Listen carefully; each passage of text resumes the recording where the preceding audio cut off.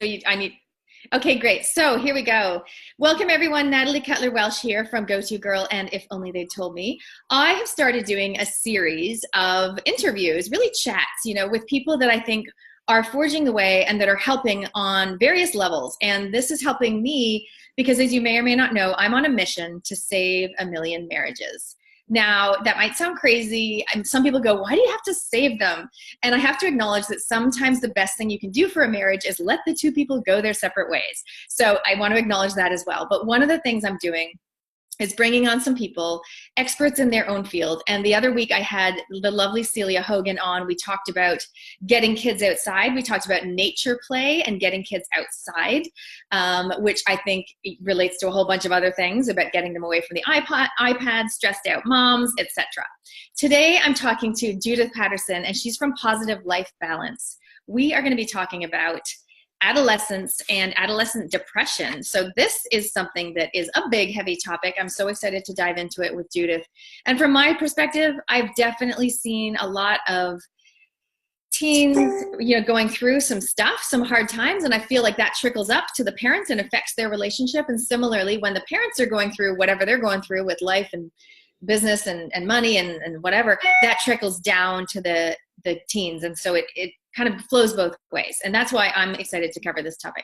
So Judith, thank you so much for coming on today. I'd love to welcome you. Can you just start off by telling us a little bit about your backstory, how you got to this place, and how it is that you're helping people today? Great. Thanks, Natalie, for inviting me to do this, because this is really cool. I'm loving this idea of being able to help people in their marriages and their families and things like that. And I was a teacher for many, many years. Still, I guess I am, because I'm always teaching people about various things that I've learned too. But as a teacher, I majored in science and PE. And because of that, when I came across the kinesiology muscle response testing, I really did have to question, where is this? But what I have found is wonderful, because we can get away from what people can talk out and they think in their head, but we get down into the cellular memory. And so it really helps people shift a lot of the stuff that they've been holding on to so much quicker. And so rather than just going through counseling and just talking about what they know, we find out the stuff that they don't know, but they've been holding on to for many years. That is so good. My daughter had a program in her school just the other day talking all about resilience. And I know that it's such a buzzword and it's so important. And I imagine some of the work you do, does it help people, adults, teens, kids, to be more resilient as well? Totally. And in fact, I run a program in a school as well too, called Creating Confident Women. And that goes right the way through from, young children, to be quite honest, creating this confidence right from the very start. And it's been lovely to be invited into the school and invited back next year to run something similar, but sort of more advanced in a lot of ways too. So that's very cool. I'm really thrilled that schools and parents are actually understanding that we do have to really work at creating this confidence. It doesn't necessarily just come naturally. I think that, and I'll just dive into that a little bit more. We hosted a party on the weekend, and one of the parents was saying, it's good that the kids have to fill out this survey about how resilient they are. He goes, but then I had to fill it out too. And the thing is, we never grow up, right? Like, even as adults, we still go through phases of feeling not confident and not secure, and we're not clear on our path, and we're not focused, and we're beating ourselves up in our head and all that stuff. Do you feel like it's just part of life? It's totally part of life, and it's really a question of life just comes out of left field, and it's really not. In fact, I'm quite surprised. A couple of people have said just recently, oh my gosh, I'm imagining your life is just such a breeze and everything like this. And I said, really? Why would you imagine that? I said, the skills that I've got actually allow me to shift the things that come out of left field and to be resilient, far more resilient. And what's the saying? There's a lovely quote. Let me think. Life is not about waiting for the storm to pass. It's learning how to dance in the rain. Nice. Nice. I'm going to remember that. I'm going to add that to the little description above. That's so cool. So you're doing some workshops about resilience and things like that. We're going to dive into today's topic, which is about adolescent depression. The reason that I got you on is because I'm on your email list, because we've been friends for years and business colleagues and everything.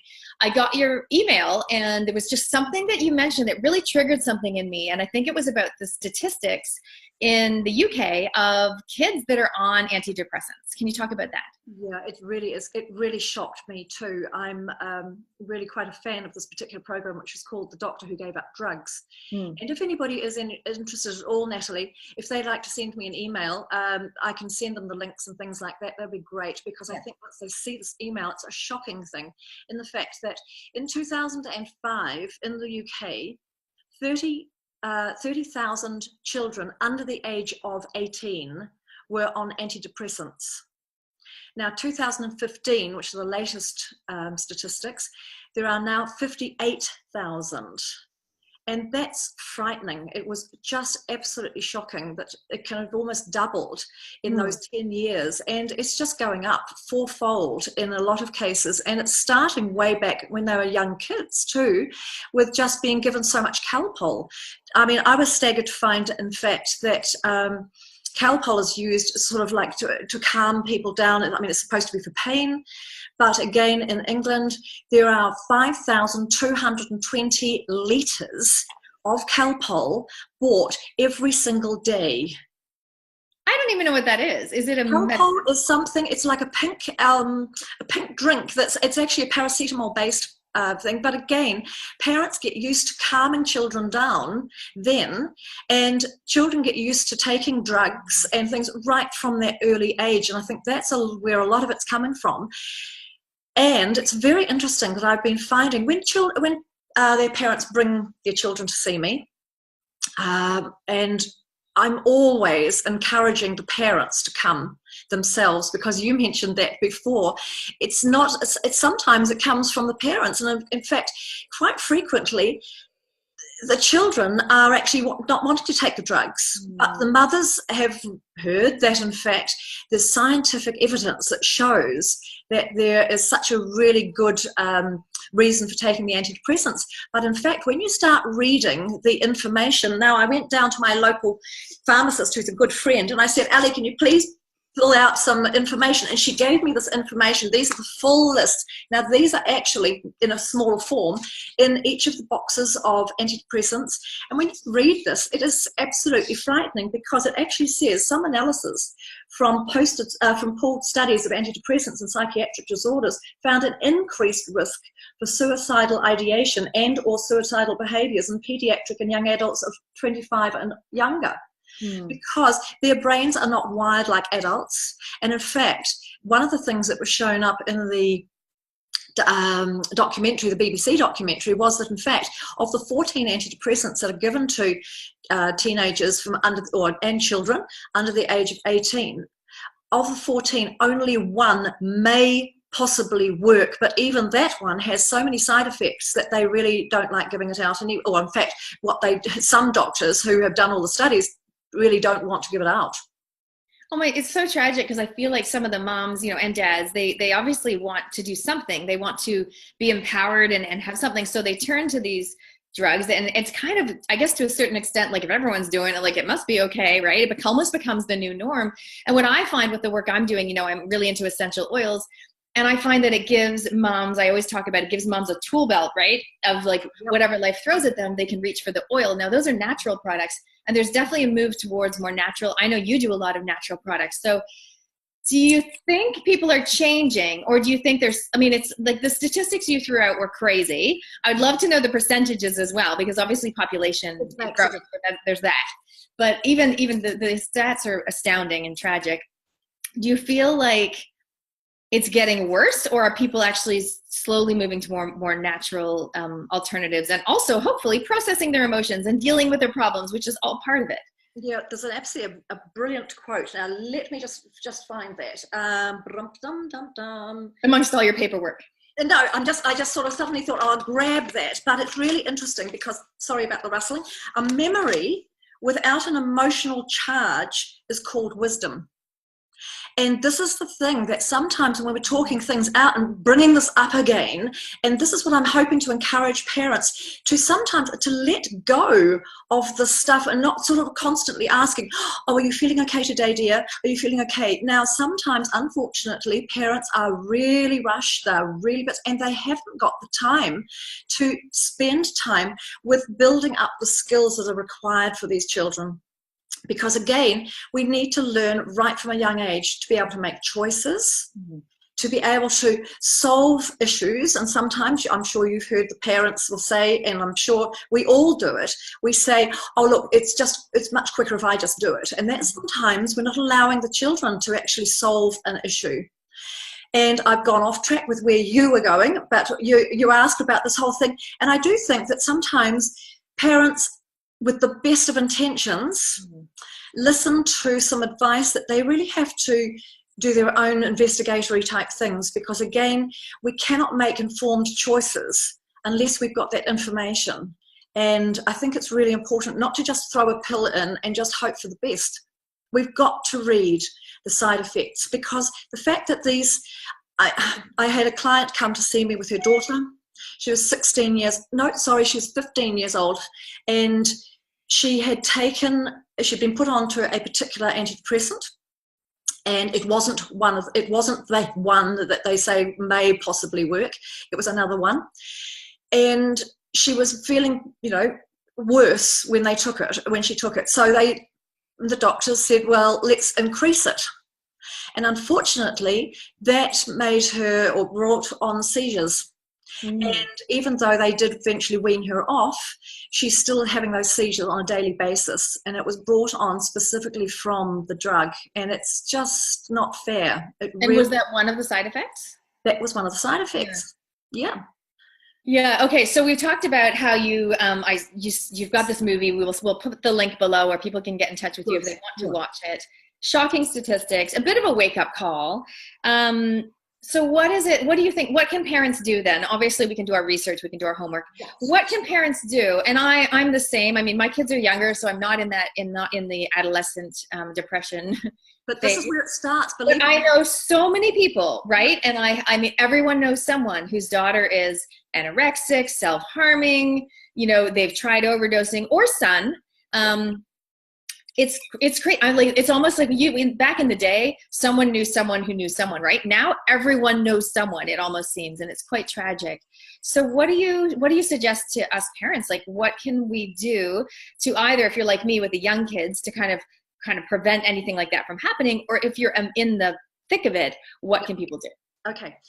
Right, what they are finding really works well is, first of all, allowing people to make choices from one out of two things. Don't overdo things. Don't say, well, what do you want to do today? It's a question of, would you like to do this or would you like to do that? Start from a young age.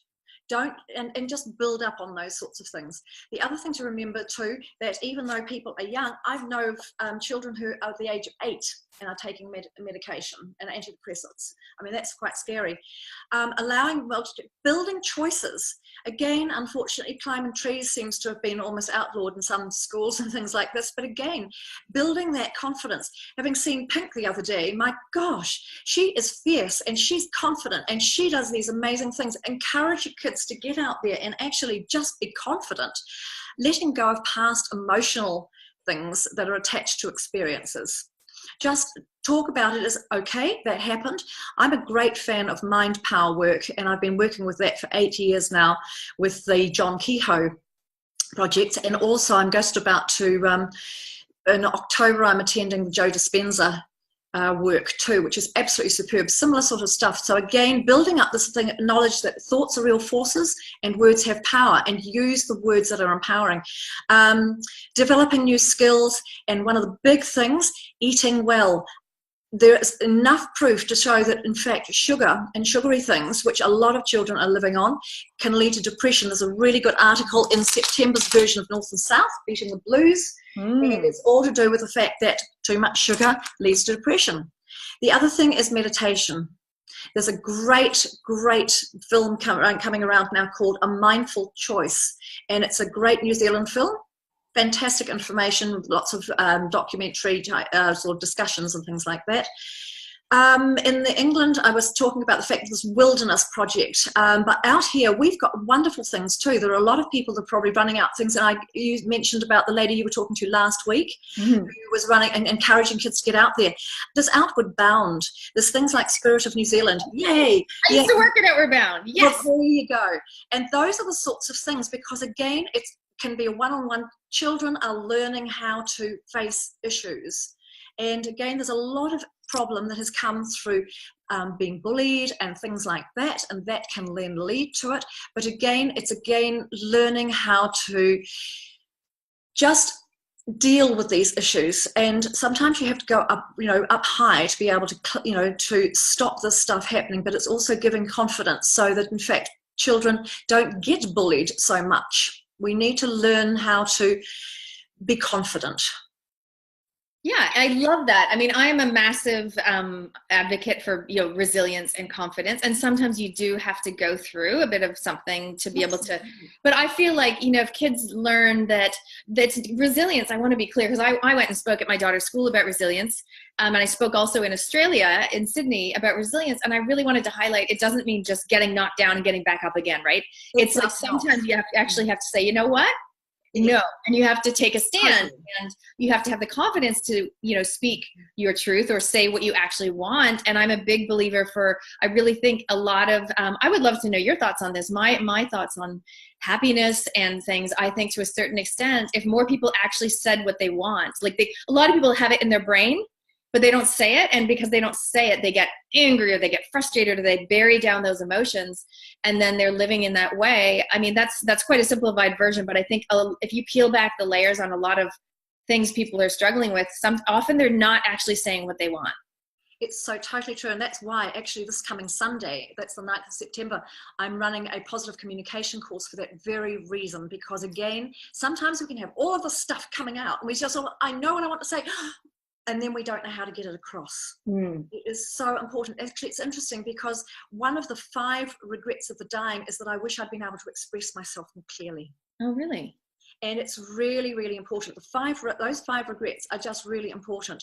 But expression of oneself and getting it across so people can hear you is one of the biggest things for building confidence.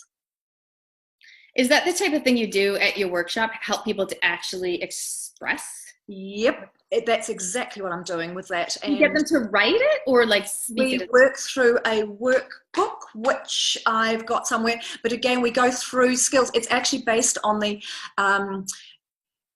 what's it called? It's the Marshall Rosenberg nonviolent communication. But I've built it around because, again, I'm very hot on words have power. And so I call it positive communication rather than nonviolent. But it's based on that theory. But again, I'm using then a lot of kinesiology techniques. And in fact, Amy McCauley, she and I have just run a workshop called Life Hacks, or Positive and Powerful Life Hacks. And we're going to be running another one in November. And that, again, will build more skills and show people how they can actually build their confidence, because there's an awful lot that we don't realize. It's hidden away. We don't see it in the mirror, but there's so much more to us. And very simple little techniques can be very quick and empowering ones. When you talk about kinesiology, are you talking about linking words and movement together to really strengthen them? Sorry, kinesiology is like an umbrella, and I use it. I was trained in England with the kinesiology. There's so many different styles and different types, but I have specialized more in the emotional and in the food, the things like that, with testing for food intolerances, because again, that can bring us down if we're feeling that, and which comes first, to be quite honest, is it the emotions that come first and then leading to the food intolerances. And then of course you've got that vicious cycle, because once you take on more of those foods, then of course you feel more depressed. So again, it's one of those things. There's a whole variety of things, but kinesiology, in my sense, is more the muscle response testing. And so we use a variety of things. I normally use a half an arm or a full arm or something like that, so people can really feel. And once they start to trust their body, because I do believe that this muscle response testing is like training wheels for your intuition. Once we start gut instinct and that whole thing, then we can say, and there's a very good reason why it's called gut instinct too, because again, there's such a link between our emotions and what goes into our gut. I love that. I mean, I'm quite woo-woo in my own way. And I had a friend here the other day, and she was saying, I just can't get rid of this cough. I just have this cough. And I was like, what is it that you're not saying? What is it you're not speaking your truth and all that as well. I think there's something to be said for that, definitely. But I think also when someone, I was doing a class a few weeks ago in Wellington, and someone had this really, she was really having sore tummy pains. And I was asking that question, well, what's going on in your life? and I'm sure you'll be along these lines of thinking, what's going on in your life that's making you sick to your stomach, or what is it that's going on in your life that you just can't stomach? And quite often it is that emotional link that presents as a physical. Yes. Totally, totally. And in fact, last week, a couple of weeks ago, I went and listened to Dr. Brian Broom, who is an immunologist and a psychiatrist. Yeah, he's a psychiatrist. And it's interesting, he's now sort of semi-retired, but it's interesting to hear the doctors now. He's been doing this for many years and going from that particular aspect to an angle, which is so wonderful to see the doctors. But it was also amazing because a lot of the people in the audience were from the medical profession, and they were a little bit, oh yeah, right, and raised their eyes and sort of rolled their eyes out loud almost. But it is so vital, and it's so lovely to see that there are people in the medical profession now who are asking, so when did this start happening? What happened? And as soon as people can find that whole link, then we can actually start really working on things. So we then have to deal, obviously, with the symptoms, but it's finding the cause that's the most important situation. So I'm going to bring it back to the depression now. So I was chatting with a friend yesterday, and she was saying that she's having so many people come to her lately telling their depression story, because she also has been through that journey herself.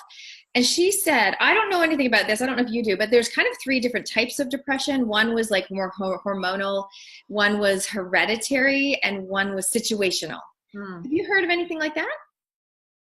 Yes, I have. I'm inclined to think that we can deal with all of them in the same sort of way, in a lot of ways, because again, the hormones can come from a variety of emotions. And I went through it. I can remember if somebody had given me a bottle of pills. This is going back, how old am I now? When I was in my 30s. So that goes back quite some time. But again, that whole depression, and it was all because I wasn't able to get pregnant. It was unexplained infertility and had gone on for 10 years, and I had it. And so, yeah, something can trigger it off. Now, whether or not that was hormonal, as far as, whether or not it was just the fact that that particular day I'd got my period. A friend had rung to tell me that she was pregnant with her 3rd child, and Plunkett came round collecting for it. So again, which was it? Situational? Was it emotional? Was it actually hormone? Who knows? But the point is, all I knew I had to actually work through, and this is well before I was in this field. I mean, I've been in this field now for 20 years, and looking at it, I do believe that if we can get the body balanced, the body does its own healing. I don't do the healing. It's just a question of bringing everything back into balance, and then the body just goes, and takes a bit of breath. And I often find that in my clinic situation, that somebody will actually give a great sigh, or they'll yawn a lot or something like this, and this is actually the release and bringing that body back. It's like a jigsaw part where everything just goes into that situation. So again, depression, we deal with it in the same sort of way. There'll be some talking, but again, we can cut through. I've had clients who have been psychiatrists themselves, and they said, this is interesting because we can actually manipulate what we say. However, when you're testing, you're going deeper into it and finding out what the chakras are telling us, what the things, and we cannot lie about that. We can't say what we want. And again, sometimes, and I am saying sometimes because it's not forever and not always, but in my particular case, I found I was going to a support group for a wee while, and I was asked to run a support group, and I got out of it very quickly with this unexplained infertility, because then I realized, my goodness, everybody was actually bringing up their own dramas. It was becoming emotionalized, and that was actually almost increasing the whole issue. So in fact, sometimes, as we said, Joe Dispenza said, we've just got to remove the emotional component to it and actually look at it from a different perspective and say, well, what did I learn from this? I agree. I think a lot of people, talk therapy definitely has its place, certain part of like expressing what happened. Absolutely. But if you run over it over and over again, you kind of reaffirm it, and you almost sometimes would embellish it. But I think, yeah, that's right. So sometimes just getting back to balancing yourself, that sounds true. And this is where they're finding that meditation is becoming so empowered, and people are realizing now that they've done sort of brain scans with people who've done the meditation, and it makes such a difference. It really does. And if people can get to see that film, a mindful choice, it will hopefully, because again, it's one of those things, if we emotionalize a situation, it just escalates. Yeah. So we need to learn how to pull back from the negative emotions. And again, this is where the muscle response testing can actually show where it's sort of hiccuping along the way. So if we've got some parents, watching this, and please go ahead, you guys, comment below. You can ask questions. I'll get Judith to come in and answer a few here and there. But what if someone's thinking, well, I don't know if I just have a moody teenager or a depressed, teenager. Is there some signs or indications that people can kind of look for? Is it a lot about the languaging, how they're speaking, or the behavior?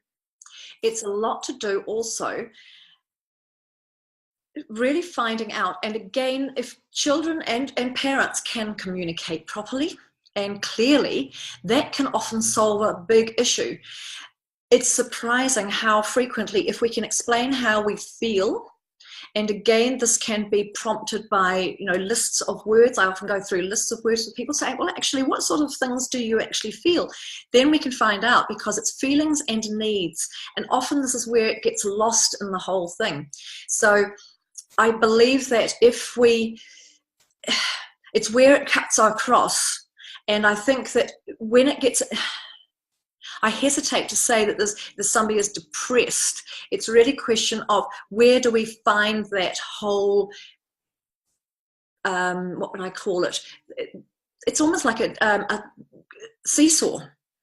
And again, it's really important to find that things and actually stop that in its tracks before it gets overpowered. And also, there can be, in some occasions, and I hesitate to, I'm just thinking of my words here, but there are occasions when, in fact, the parents get to a certain extent, oh my gosh, well, my child actually, they've become very depressed. And it's really a question of finding out whether the child is actually unhappy and where does it actually fit. And again, there have been people who've come to see me and they want their child to be ill. And that sounds really harsh, but in fact, it gives them a sort of an empowerment. Oh yes, but my child, there are ways of being able to deal with this before it gets to that stage. It's so important. I imagine that's not obviously every case, but it is an occasional case where a parent wants a little bit of acknowledgement, attention, or something like that. I mean, there might be a genuine situation with the child, but they kind of, or maybe they want a label, like they want to know what's going on. Yes, that's exactly it. But there are ways of being able to deal with this, and it's very interesting if we can actually get into that. Yeah. Now, coming back to my marriage thing, because I feel like I know a ton of people whose teenagers, 20-year-olds are going through stuff like this, right? And that's going to have a lot of strain on the marriage, on the relationship. And what happens in my house, okay, it's not the strung out teenager. It's even just one of my kids, who doesn't want to do his, he wants to quit the soccer team. And I'm like, oh, but look at him. He doesn't need to keep doing it. My husband's like, yes, he must, stay on the team and commit. As parents, we have different views on how things should be handled, right? And when your child is sick or injured, or even Jonah with his alopecia, Matt and I reacted really differently.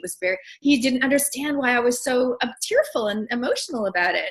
Whereas I didn't understand why he was so cut and dry about it. So as parents, we care so much, we react so differently, and that can actually pull us apart when it's a time when we need to pull together, right? Have you seen this happening?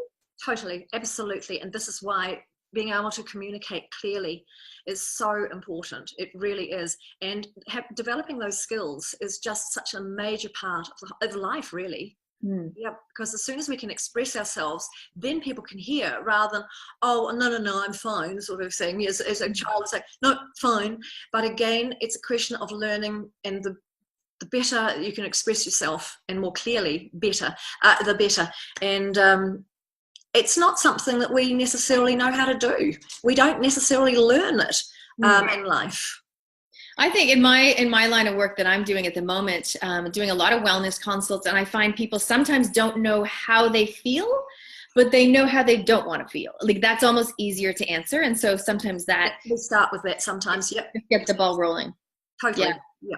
Hey, I wanted to, just before we wrap things up, can you give some examples of people that you've worked with, whether it be one-on-one or in your courses that you run? Just some examples of the changes that people have seen. Oh, right. There have been so many. I'm just trying to think of, well, there's one lady in particular I'm thinking of who... Without breaking confidentiality, obviously. No, not at all. No. But again, I didn't know that she was ready to actually do the deed as such and finish her life. And she said, just what a difference, just finding out how she actually felt about things made it such a difference. And just those little things, because depression can come on from various ways. And again, it's usually that people aren't heard. And again, sometimes being heard is not actually the issue with the person who's listening, it's the person being able to express it. And as soon as we can actually express ourselves and things like that. So to pick out one particular person, I would say that it's just, if you can imagine being able to express yourself and being able to be heard, then you're going to make a huge difference in your life. It really is, because there have been so many that it's saved marriages.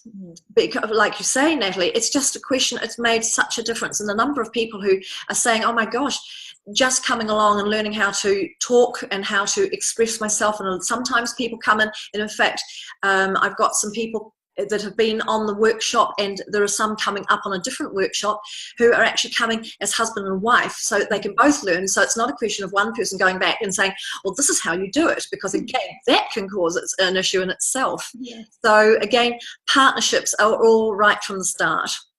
Oh, that's awesome. That's so cool. Okay, we're gonna wrap it up. I know that you've got, tell me what else you've got coming up, and I'll put the links below. And how can people follow you on? Fabulous. Okay, right. Well, next weekend, as I say, on the 9th, we've got the Positive Communication Workshop going on.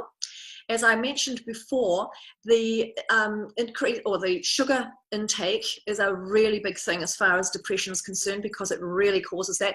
And I've got an ongoing I Reduced Sugar program. I forgot you were the sugar lady. You've got this massive program. Yeah. Oh, but it's really easy. And people go, oh my God, I thought it was going to be hard. And in fact, one person that did it, she did it with her 7-year-old and his 5-year-old just prior to Christmas.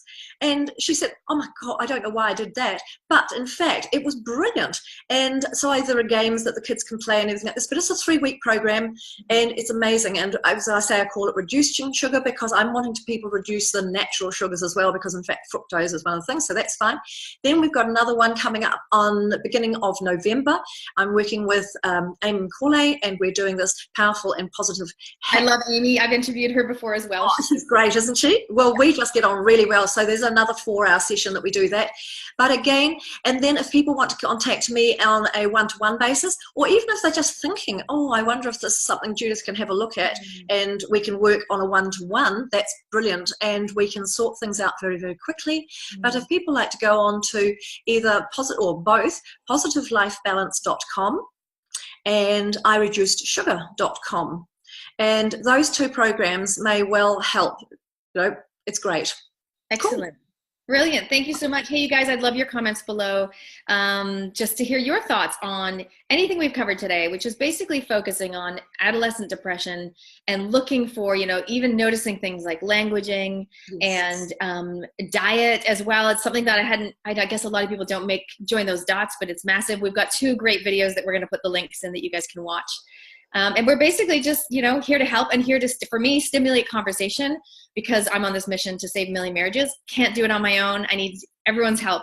And thank you so much, Judith, for joining us today. Our pleasure. And if anybody wants to contact me, please know that it's just completely confidential, and I would love to hear from you. It's lovely.